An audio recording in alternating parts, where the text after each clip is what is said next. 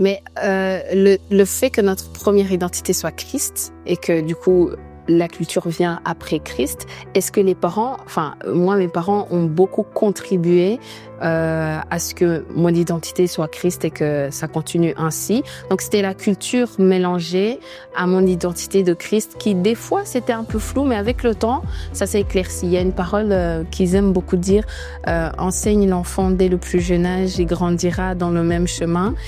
Oui, il se détournera point. Est-ce que c'est le même cas pour vous? Bien sûr, moi je pense que c'est une grâce. Moi j'ai eu des parents qui étaient vraiment ancrés dans la foi et donc du coup je peux dire ça m'a porté parce que on n'a pas été tout droit tout au long de notre vie, mais je pense que pendant les moments de, je vais dire, égarement, j'avais ces bases là que mes parents m'avaient inculquées qui me revenaient toujours. Bon, je peux dire oui, c'est vraiment très important.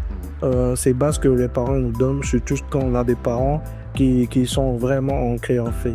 Au début, moi aussi je suis d'une famille chrétienne, donc Dieu merci pour ces parents de qualité que j'ai eus. En passant, je les salue. Tout ça. Voilà, donc oui, c'est hyper important. Donc au début, on a l'impression que c'est dur, que c'est difficile, que nos parents sont pas à la mode. J'ai envie de dire que être chrétien, c'est ça qui est à la mode.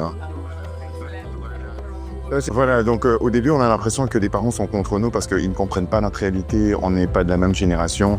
Mais il faut se dire qu'ils ont vécu avant nous, ils vont quelque part et ils savent où ils sont en train de nous conduire.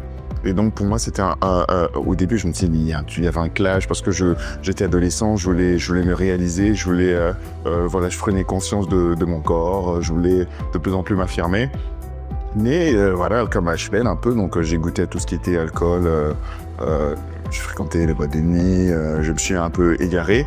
Bien que, étant loin des principes reçus de mes parents, donc qui étaient des principes chrétiens et tout, il y avait quand même cette voix en moi qui, mais non, c'est une danse, ça me fait, tu sais que, c'est pas comment, j'appartiens pas, voilà, et toi, c'est pas ici.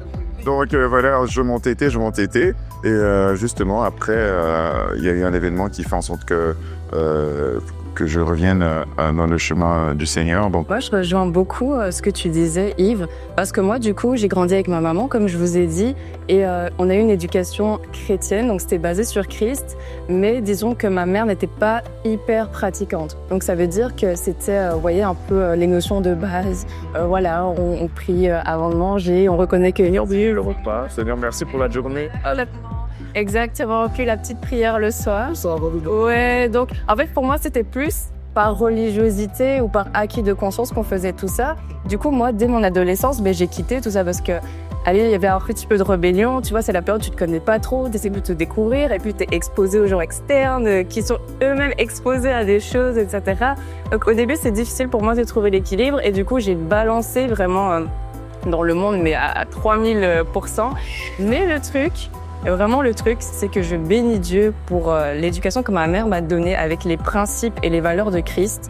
Parce que même si je voyais pas l'impact à ce moment-là, en fait, à l'intérieur de moi, j'avais toujours cette petite voix, cette petite conscience de « t'es en train de faire ça, mais est-ce que… » Voilà, en fait, c'est vraiment ce truc-là de la petite voix qui te résonne et qui te dit ce que tu fais là. Toi-même, tu sais que c'est pas bon, donc reviens. C'est ça qui m'a